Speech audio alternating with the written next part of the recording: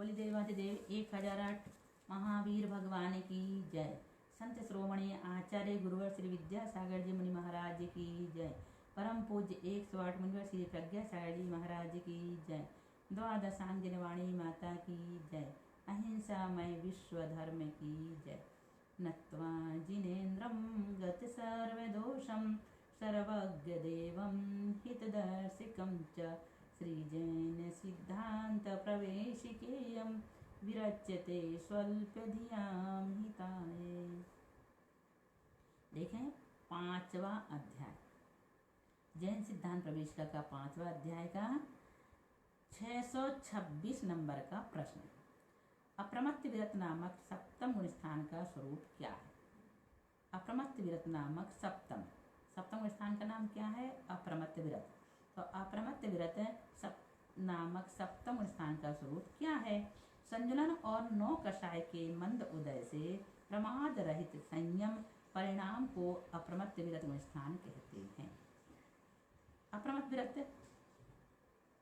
संजुलन और नौ कषाय के मंद उदय से प्रमाद रहित संयम परिणाम को अप्रमत्त विरत गुण स्थान कहते हैं। अप्रमत्त गुण स्थान के कितने भेद हैं? 2 हैं, स्वस्थान अप्रमत्त विरत और सातिशय अप्रमत्त विरत। स्वस्थान और सातिशय के भेद से अप्रमत्त गुण स्थान के 2 भेद होते हैं। स्वस्थान अप्रमत्त विरत किसे कहते हैं? हजारों बार छठे से सातवें में और सातवें से छठे स्थान में आने जाने रूप परिणाम को स्वस्थान अप्रमत्त विरत कहते हैं। सातिशय अप्रमत्त विरत किसे कहते हैं? श्रेणी चढ़ने के सम्मुख जो परिणाम होते हैं उसे सातिशय अप्रमत्त विरत कहते हैं। श्रेणी चढ़ने के सम्मुख जो परिणाम होते हैं उसे सातिशय अप्रमत्त विरत कहते हैं। श्रेणी चढ़ने का पात्र कौन होता है? छायिक सम्यक दृष्टि और द्वितीयोपसम सम्यक दृष्टि ही श्रेणी चढ़ते हैं। छायिक सम्यक दृष्टि और द्वितीयोपसम सम्यक दृष्टि ही श्रेणी चढ़ते हैं। प्रथमोपसम सम्यक्त वाला तथा छायोपसमिक सम्यक्त वाला श्रेणी नहीं चढ़ सकता। प्रथमोपसम सम्यक्त वाला प्रथमोपसम सम्यक्त को छोड़कर छायोपसमिक सम्यक दृष्टि होकर प्रथम ही अनंतानुबंधी क्रोधमान माया लोक का विसंयोजन करके दर्शन मोहन की 3 प्रकृतियों का उपशम करके या तो द्वितीयोपसम सम्यक दृष्टि हो जाए अथवा तीनों प्रकृतियों का क्षय करके छायिक सम्यक दृष्टि हो जाए, तब श्रेणी चढ़ने का पात्र हो जाता है। यहाँ पर ये बताया जा रहा है कि कौन पात्र श्रेणी चढ़ सकता है। श्रेणी किसे कहते हैं? जहाँ चारित्र मोहिनी की शेष रही 21 प्रकृतियों का क्रम से उपशम या क्षय किया जाता है, उस अवस्था को श्रेणी कहते हैं। श्रेणी के कितने भेद हैं? 2 हैं, उपशम श्रेणी और छपक श्रेणी।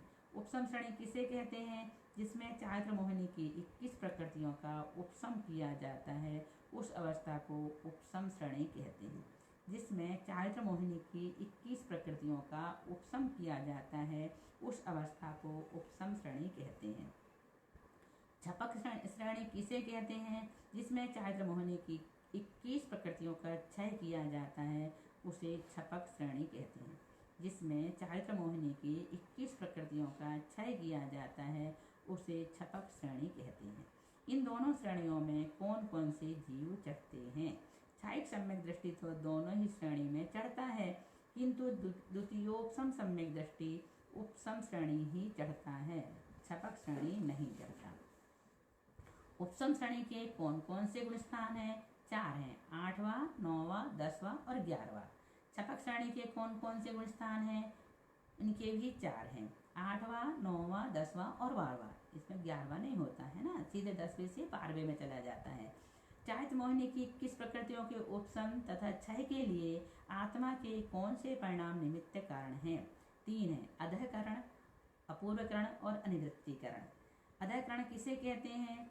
जिस करण बोले तो परिणाम समूह में उपरतन समयवर्ती तथा अधस्तन समयवर्ती जीवों के परिणाम अधःकरण सादृश तथा विसदृश होते हैं। यह अधःकरण 7वें गुण स्थान में होता है। कहाँ होता है? 7वें में। अपूर्व कर्ण किसे कहते हैं?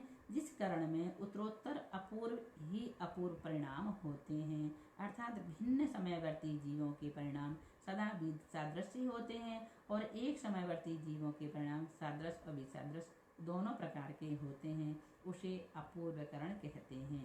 यही 8वां गुण स्थान है।